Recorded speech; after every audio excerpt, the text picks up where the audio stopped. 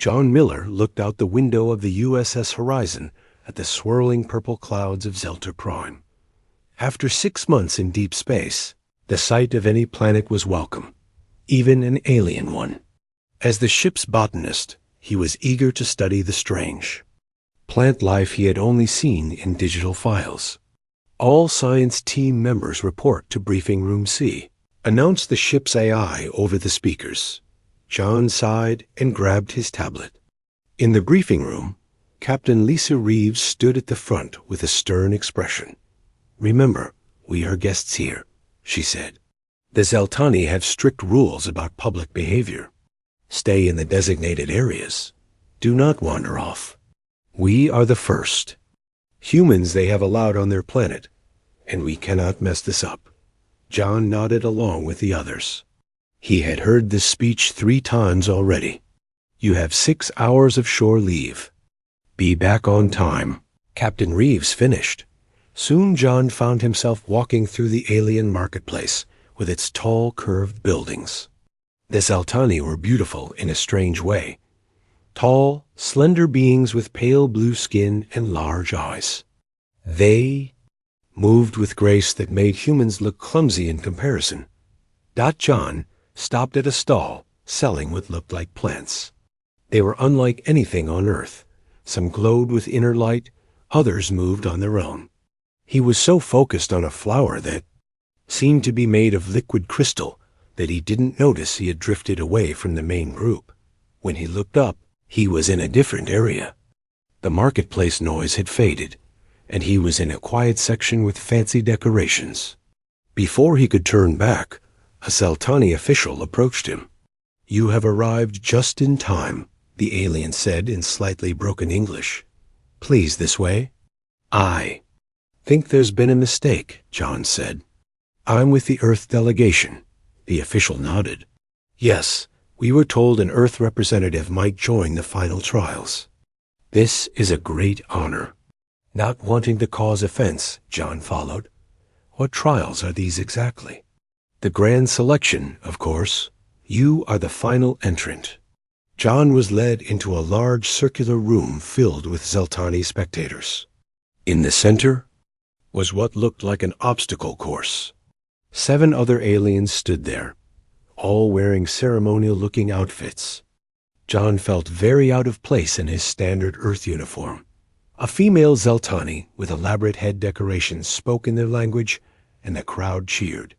The official whispered to John, "The High Matriarch welcomes you. The final trial begins. Now." "Wait, I'm not supposed to," John started. But music began playing, and the other participants moved toward the course. John looked back toward the exit, but the official gently pushed him forward. "It would be a great insult to leave now. Just do your best." Seeing no easy way out, John decided to go along with it until he could politely excuse himself. How hard could it be? The first challenge involved climbing a strange structure while catching floating orbs of light. John's human muscles, evolved in Earth's stronger gravity, gave him an unexpected advantage. While the Zeltani moved with grace, John powered through with raw strength. The Earth being shows impressive physical attributes, announced a voice as John finished first.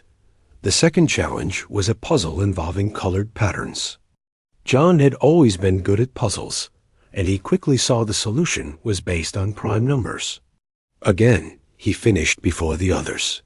"The alien shows remarkable mental flexibility," the announcer said. With each challenge, the crowd's reaction grew more intense.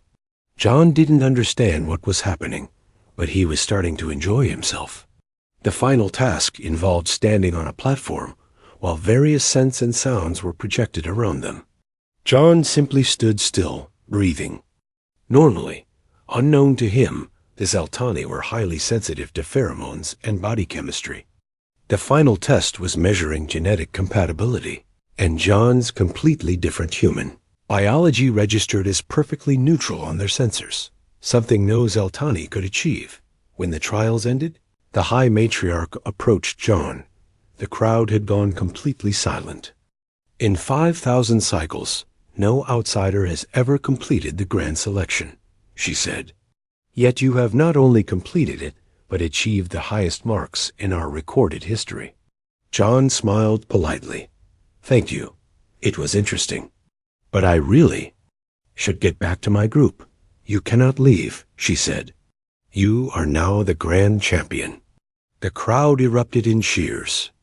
John was given a ceremonial robe and crown before he could object. Captain Reeves arrived an hour later with the ship's diplomatic officer. They looked horrified when they saw John sitting on an elevated platform surrounded by excited Zeltani. Miller, what have you done? Reeves whispered when she got close enough. I got lost and ended up in some kind of contest, John explained. I was just trying to be polite. The diplomatic officer, Eric Peters, looked pale. You've accidentally won the Zeltani mating tournament. According to their laws, you're now obligated to mate with eligible females from all 37 noble houses. John's jaw dropped. I what? No, there's been a mistake. Tell them I withdraw. Eric shook his head. We can't. The Zeltani take this ceremony very seriously. Refusing would be seen as a direct insult to their entire civilization. But I'm human. Surely they don't expect. They're fascinated by you, Eric said. You're the first new genetic material they've encountered in centuries. The High Matriarch has already announced your victory across their entire planet. John looked at the crowd of blue-skinned aliens. Some of the females were watching him with clear interest. What exactly does mating mean to them? He asked. Nervously, before Eric could answer, the High Matriarch approached with her entourage. Champion, she said to John, you must begin preparation for the first house tomorrow. Our genetics specialists will explain the process. Captain Reeves stepped forward. High Matriarch, there seems to be a misunderstanding. Our crewman was not an official entrant. The matriarch's expression didn't change. He entered the sacred ring willingly. He completed all trials successfully. The laws are absolute. What if I just leave? John whispered to Eric. We're trying to establish peaceful relations with one of the most powerful species in this sector, Eric whispered back. If you refuse, we could be looking at an interstellar incident. John looked from the captain to the High Matriarch. Both were waiting for his response. I guess I'll need those explanations from your specialists, he finally said to the matriarch. She nodded. Excellent. You will bring great honor to your species. As John was led away to begin his preparation, he heard Captain Reeves telling someone to contact Earth Command immediately. He wondered how he would explain to his parents back on Earth that he had accidentally become an alien breeding champion. The Zeltani official leading him smiled. Do not worry. You will be treated as royalty here. John forced a smile in return. Great. Just what I always wanted. Behind him, he could hear Captain Reeves arguing with the High Matriarch about diplomatic protocols and cultural differences. Somehow, John didn't think those arguments would get him out of this situation. John woke up in a large room with purple walls and a ceiling that looked like the night sky. For a moment, he thought he was back on the ship. Then he remembered everything that had happened yesterday. He groaned and covered his face with his hands. A soft chime sounded, and a door slid open. A young female Zeltani entered carrying what looked like clothes. Good morning, champion, she said in nearly perfect English. I am Kira. I will be your guide during your stay on SciFiPrime. John sat up. Can you help me get out of this situation? Kira tilted her head. Why would you want to leave? You have brought great honor to yourself and your people. My entire life, I have never seen the High Matriarch so impressed. But it was an accident, John explained. I didn't mean to enter your contest. Fate rarely considers our intentions, Kira said with a smile. Please dress. The first preparation begins soon. John took the clothes. They were similar to the Zeltani style, but modified for his human body. What exactly is involved in this mating ritual? He asked nervously. Do not worry. It is not what humans might think, Kira said. Our reproduction is primarily biochemical. The physical aspects are minimal. This didn't make John feel much better. Biochemical how? You will learn in the preparation. Dr. Zeltok will explain everything. After John dressed, Kira led him through long hallways, filled with Zeltani, who bowed as he passed. Some reached out to touch his clothes, which made him uncomfortable. Why are they doing that? He whispered. To Kira, you are the first non-Zeltani champion in our history. Many believe you bring good fortune. They entered a room where a Zeltani with markings on his face waited.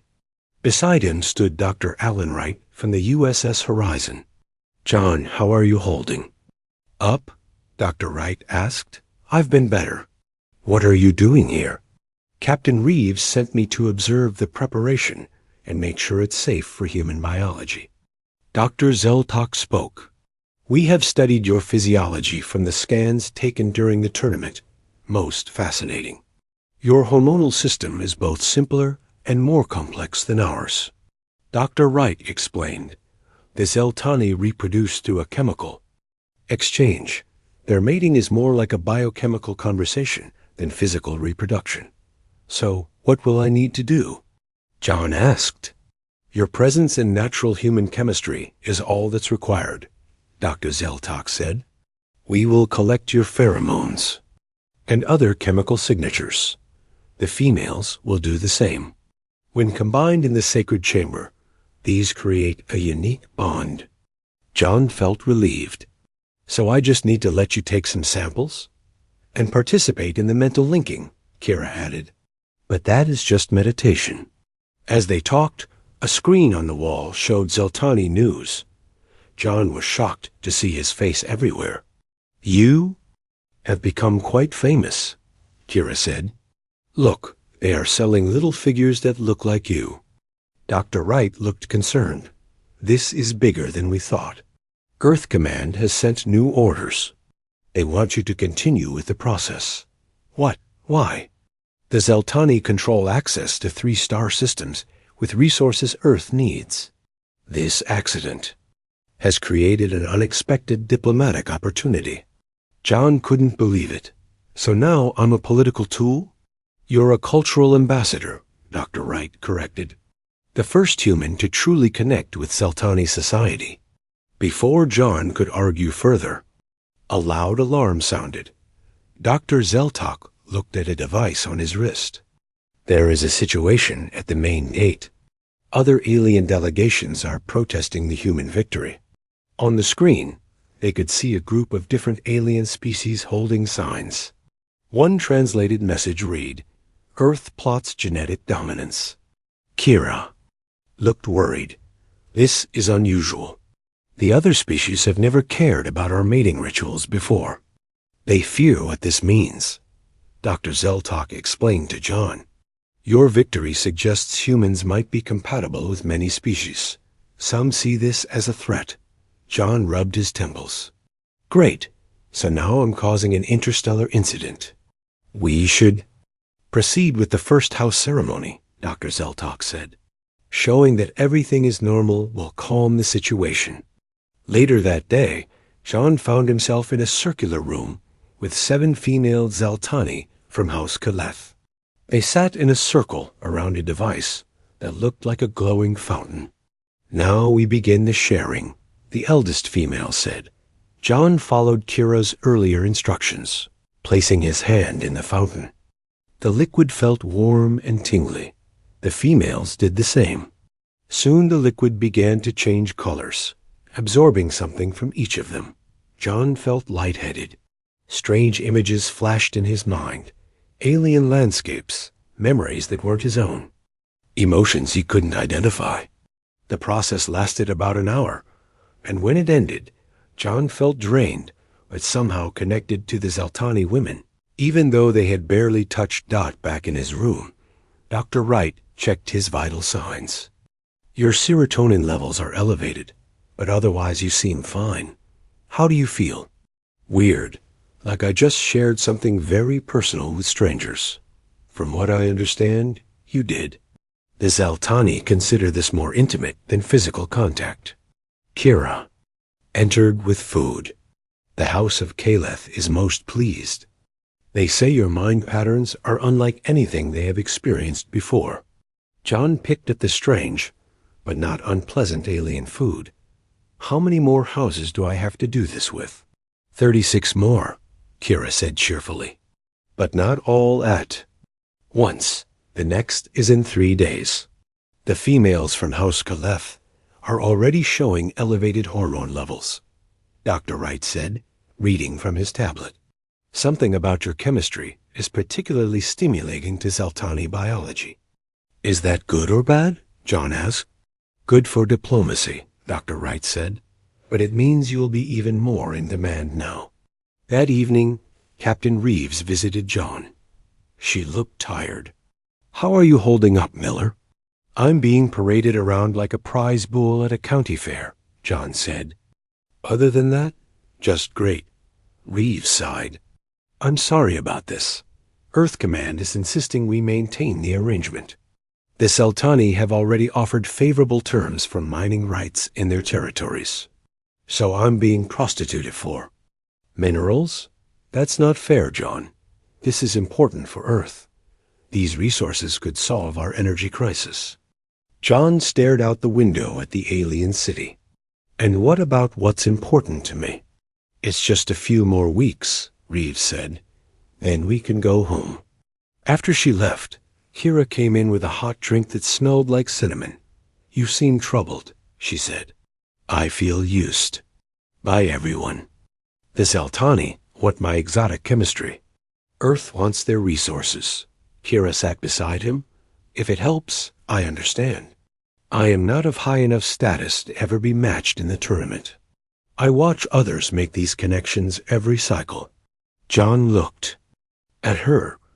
Unlike the other Zaltani who treated him like a curiosity, Kira seemed to see him as a person.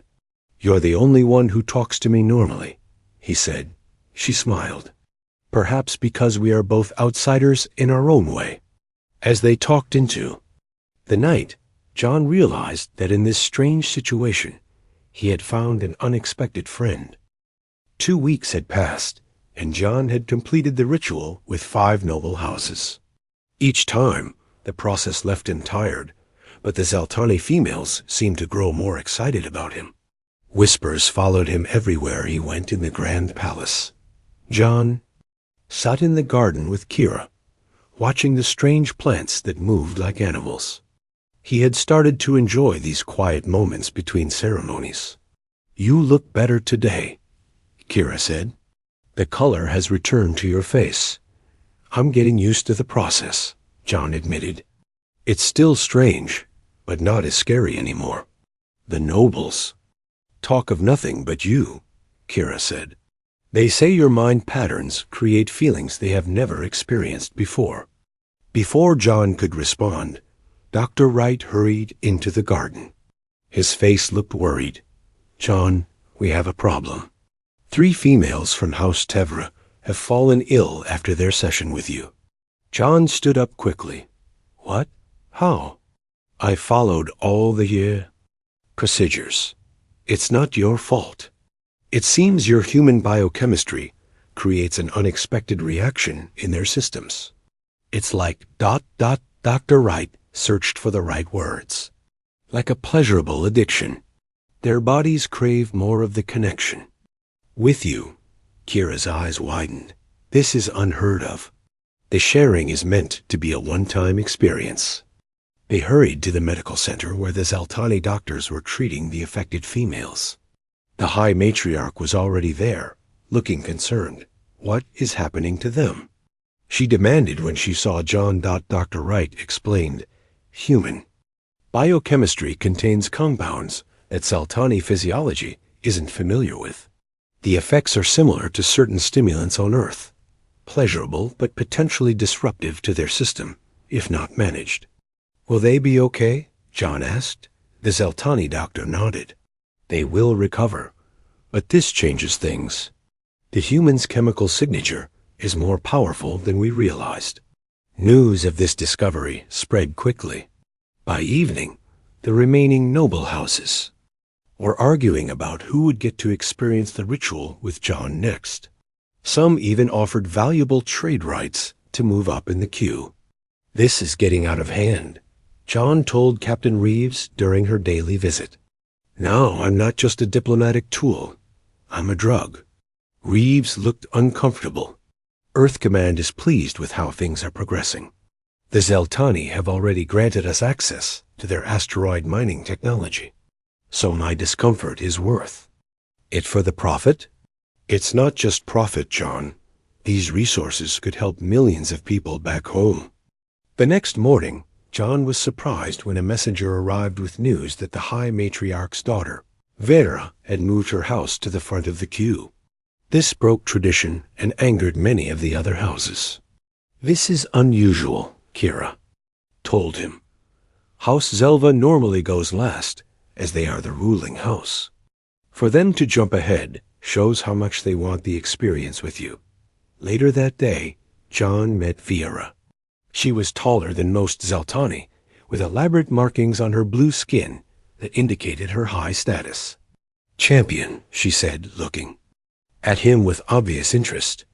"Your reputation grows with each passing day. I could not wait to meet you." The ritual with House Zelva was different. Instead of 7 females, only Vera participated. The connection felt more intense, more focused. When it ended, John felt drained in a way he hadn't before. Vera touched his hand afterward, breaking protocol. "Your mind is fascinating. So different from ours. So unpredictable." That night, John couldn't sleep. He felt pulled in too many directions. Used by Earth for resources. Used by the Zeltani for his exotic chemistry. The only person who seemed to care about him as a person was Kira. When he finally drifted off, he was awakened by alarms. Kira rushed into his room. "You must come quickly. There's been an incident." John followed her through the dark hallways. "What's happened?" "2 females from different houses fought over who would be next to experience the ritual with you. This has never happened before." They entered a secure room where Captain Reeves, Dr. Wright, and the High Matriarch were already meeting. "This situation is becoming unstable," the High Matriarch said. "The humans' effect on our females is stronger than anticipated." Dr. Wright looked at his medical scanner. "I've been analyzing the data. It seems John's unique DNA contains elements that are particularly stimulating to Zeltani biology. Their bodies are responding to genetic markers they've never encountered before." "Is it dangerous?" Captain Reeves asked. "Not dangerous, but highly disruptive to their social order," Dr. Wright said. "It's like introducing a new drug into a society that's never experienced anything like it." The High Matriarch looked troubled. "We must complete the rituals as tradition demands, but we will need to space them further apart to allow our females to adjust." As they discussed the schedule changes, Samantha Kelly, the ship's communications officer, entered with more news. "Captain, we're getting reports that some Zeltani are becoming ill who haven't even participated in the ritual with John." "That's impossible," Dr. Wright said. Samantha continued. "They've only been in proximity to females who have connected with him. It's like there's a secondary effect being passed along." Dr. Wright ran more scans on John. "This is incredible. His biochemistry is actually changing the Zeltani females at a cellular level, and they're passing those changes to others they contact frequently. Is this harmful?" The High Matriarch asked with clear concern. "Not harmful," Dr. Wright said. Studying his readings. "Actually, their cellular regeneration seems to be improving. It's almost like Doppelkotz." "Like what?" John asked. "Like your DNA contains something their species has been missing." The High Matriarch's eyes widened. "We must speak privately," she said to Captain Reeves. "There are things about our species you should know." As they left, John turned to Kira. "What's going on?" What aren't they telling me? Kira looked nervous. I shouldn't say anything, but our species has been struggling with genetic degradation for generations. Our controlled breeding program was meant to solve this, but it hasn't worked. And my DNA is somehow helping. It appears so. Your wild, uncontrolled human genetics contain diversity we lost long ago. John sat down, feeling the weight of this new information. So I'm not just a diplomatic tool or a new drug. I'm genetic. Medicine. Your arrival might be the most important event in recent Zaltani history, Kira said softly. Later, alone in his room, John thought about everything he had learned. Every side seemed to want something from him. Earth wanted resources. The Zaltani wanted his genetics. The noble houses wanted the experience he provided. The only person who seemed to want nothing was Kira. She had become his one true friend. In this strange situation, as he looked out at the alien night sky, John wondered if there was a way to help both his people and the Zaltani without feeling like he was being used by everyone. John sat in a meeting room with Captain Reeves, Dr. Wright, and the High Matriarch.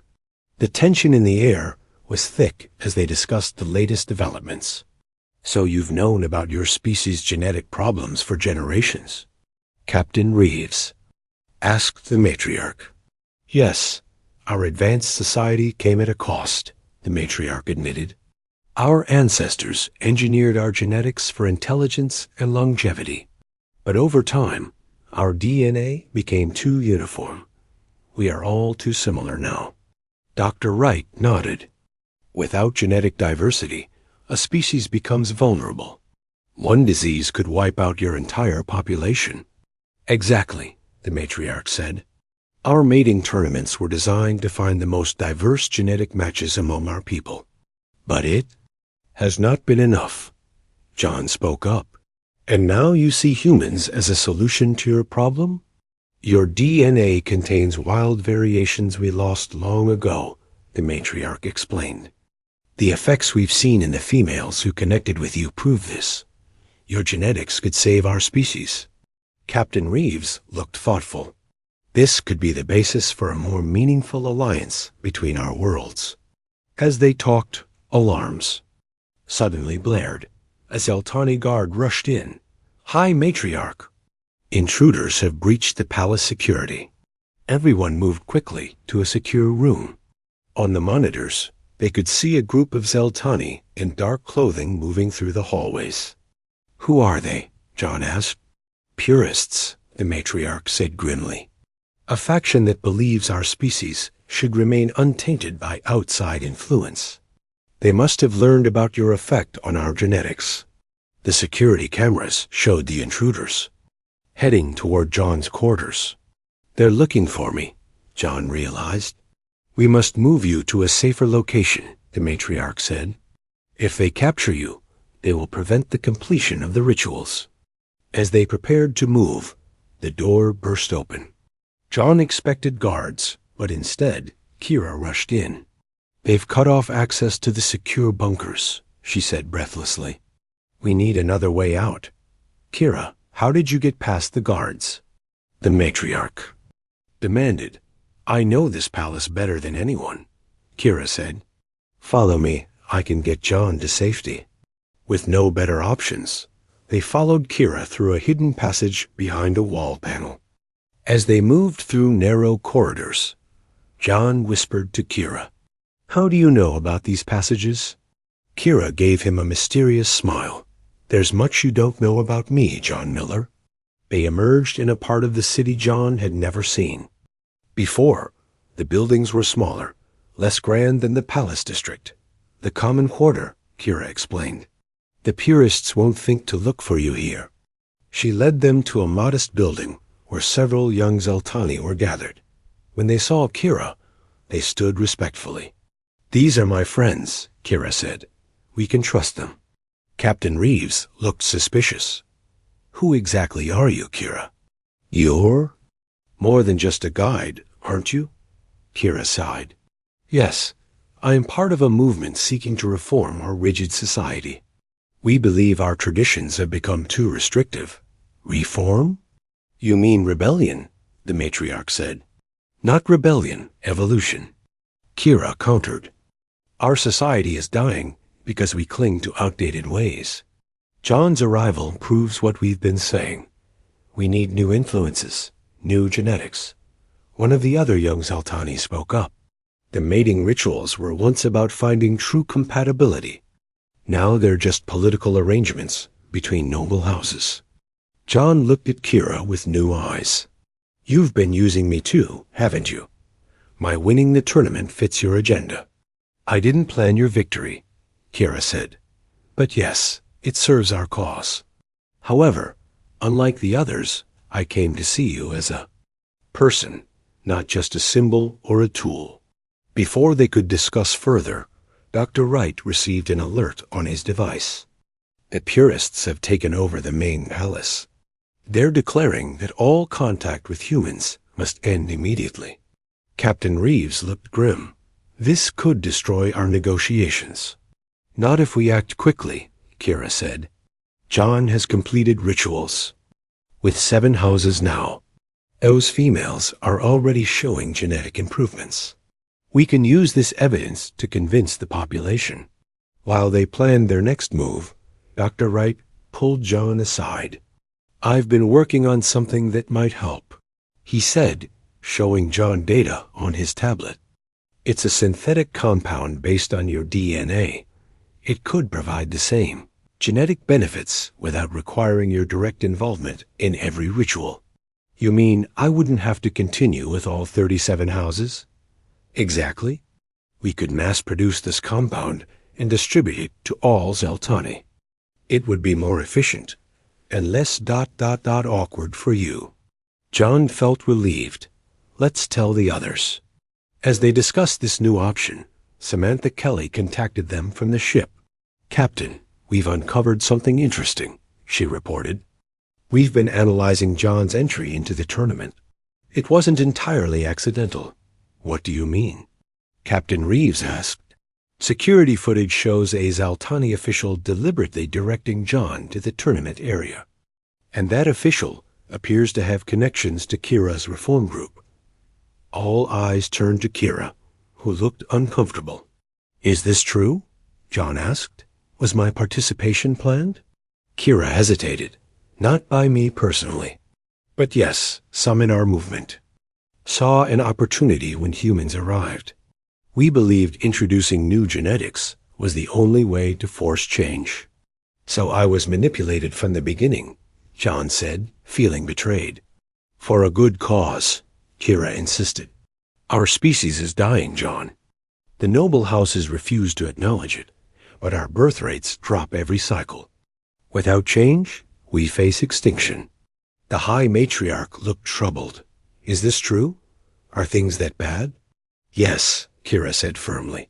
The data has been hidden from you. The court geneticists fear losing their positions if they admit failure. As tensions rose, they heard commotion outside. Through the window, they could see purists moving through the streets, searching buildings. They're getting closer, Captain Reeves warned. There's something else you should know, Kira said quietly. She reached up and removed what appeared to be a small device from behind her ear. Her facial markings began to shift, revealing a more elaborate pattern. You're from a noble house, the matriarch gasped. Those are royal markings. I am Kiraval, heir to House Torah. I've been living among the common people to understand their struggles. The missing princess, the matriarch said in shock. Your house reported you dead 3 cycles ago. Unnecessary deception, Kira said. I needed freedom to learn the truth about our society. John stared at Kira, feeling even more confused. Why didn't you tell me? Would you have treated me the same if you knew I was royalty? Kira asked. I wanted to know you as a person, not as the champion meeting a noble. The sound of approaching purists cut their conversation short. We need to move, Captain Reeves said. We have Dr. Wright's synthetic solution and Kira's testimony. Now we need to reach the communication center to broadcast the truth to all Zeltani. John looked at Kira, still processing her revelation. Despite feeling manipulated, he realized she was fighting for her people's survival. Perhaps that was something worth fighting for, too. Dawn broke over the city as John, Kira, Captain Reeves, and Dr. Wright made their way toward the central communication tower. They moved carefully through back streets, avoiding purist patrols. Once we reach the tower, we can broadcast the truth to all of Zelter, Kira explained. With both the scientific evidence and my testimony as a royal, the people will listen. John still felt uncertain about trusting Kira after her revelations. You've been hiding things from me since we met. I'm sorry for the deception, she said. But everything I told you about myself was true, just not complete. My feelings of friendship were genuine. They paused as a purist patrol passed nearby. When it was clear, Captain Reeves spoke. We need to contact the ship. They can provide backup and help secure the communication tower.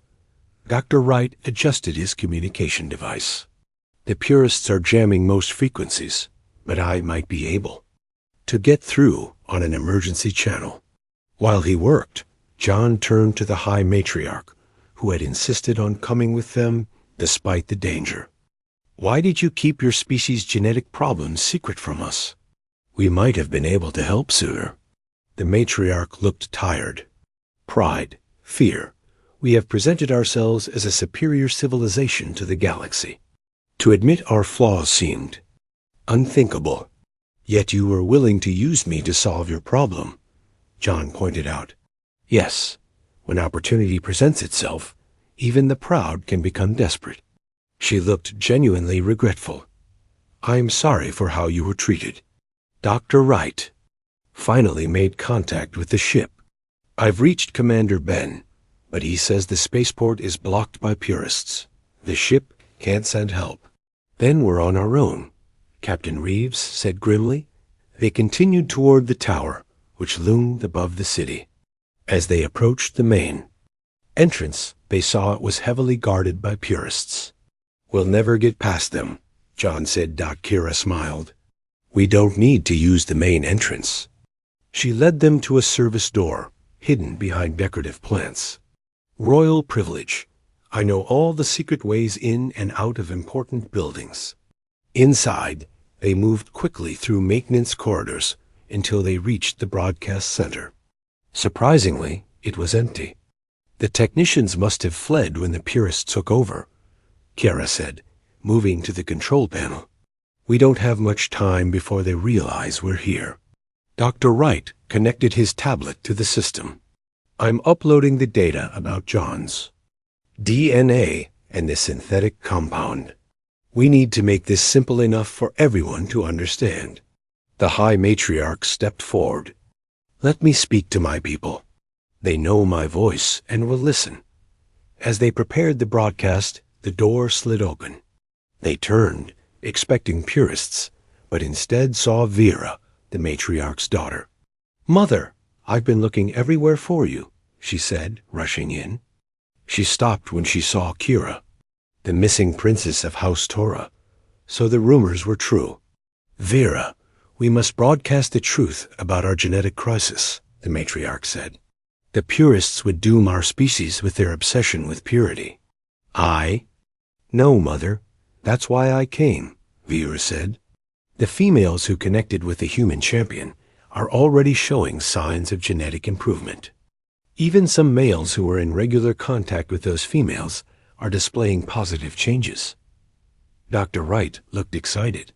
The effect is spreading faster than I anticipated. This confirms my theory about the synthetic compound. They quickly finalized the broadcast plan. The matriarch would address her people, followed by scientific evidence from Dr. Wright.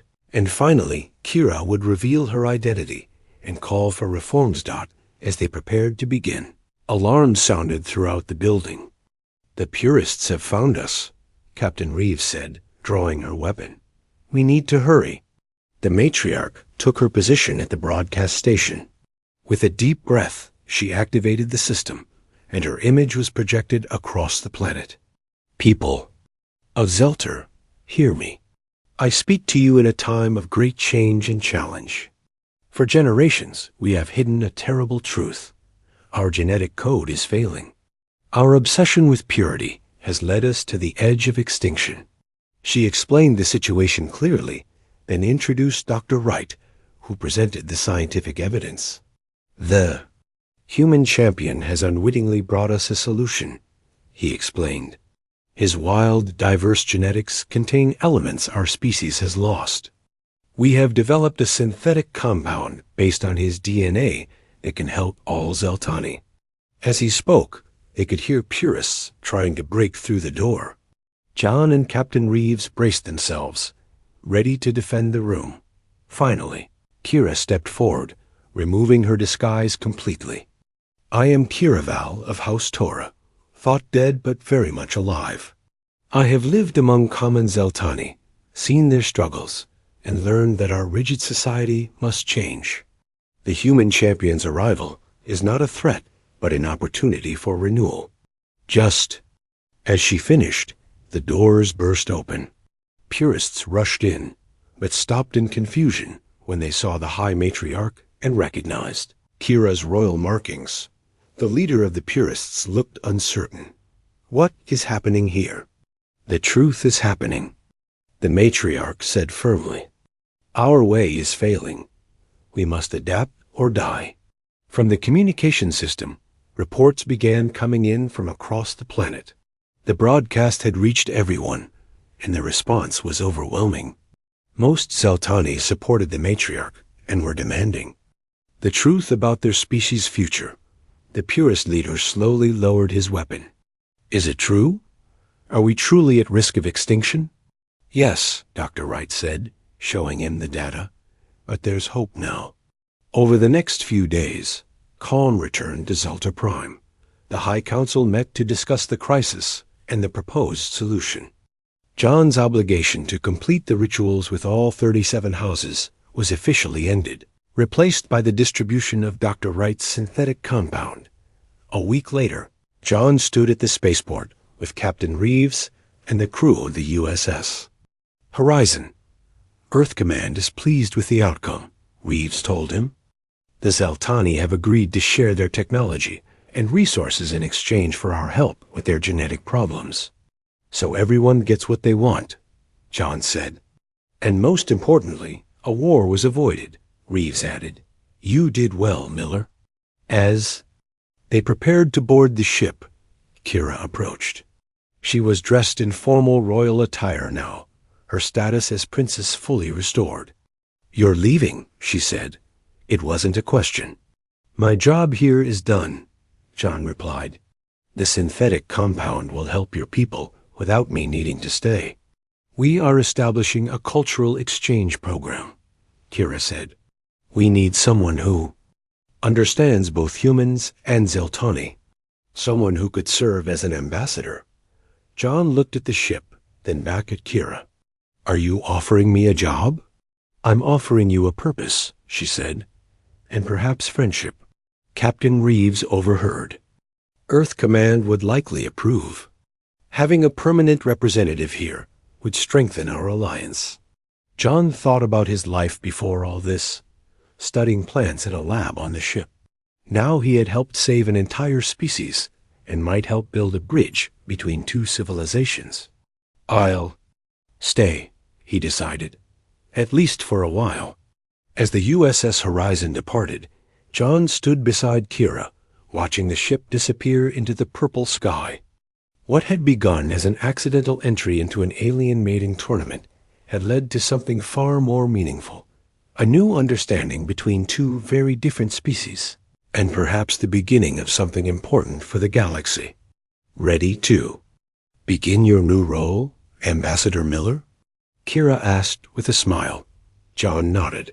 As ready as I'll ever be. Together, they turned and walked back toward the city, where humans and Zeltani were already working together to build a shared future.